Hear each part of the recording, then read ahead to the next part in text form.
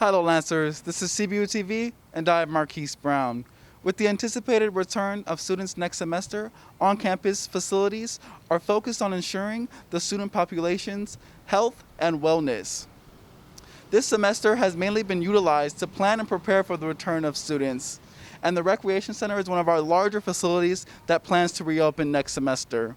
I spoke to Chris Hofshore, and he explained to me more on what students should expect next semester and how he and his team have been preparing for student return. We've been working on a lot of different things in the Recreation Center, whether it be physically distancing a lot of our equipment, putting some in storage temporarily, spreading it out. We've put a lot of decals on the ground for traffic flow. We've put up plexiglass in places. We've integrated some touchless technology in there for scanning in and out. We've looked at some of our programming. I mean, we've done a lot of different things to prep that space, and we've been doing it for months.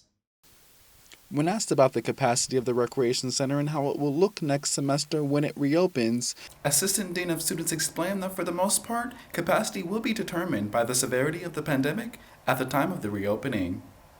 That's kind of the $1,000,000 question. What will capacity look like, right? Just like with the state's tiers, color tiers, it's constantly shifting, right? So at one point it was 10%, at another point it was 20 or 50% or full capacity, whatever it is. And by the time that the rec center will open, later in the summer sometime, hopefully. To be honest, I don't know what that capacity number is because it'll depend on what the county and state officials will let us do. Sanitation within the rec center has always been a staple, and our facility continues to be an example for neighboring schools. When asked about sanitation during operational hours, Hofshore responded confidently that him and his team have thought of ways to keep both the equipment and the facility clean for students. So, sanitation has been kind of a pillar for us in that facility, and that hasn't changed. It's just increased, right? So we have done a lot of different things.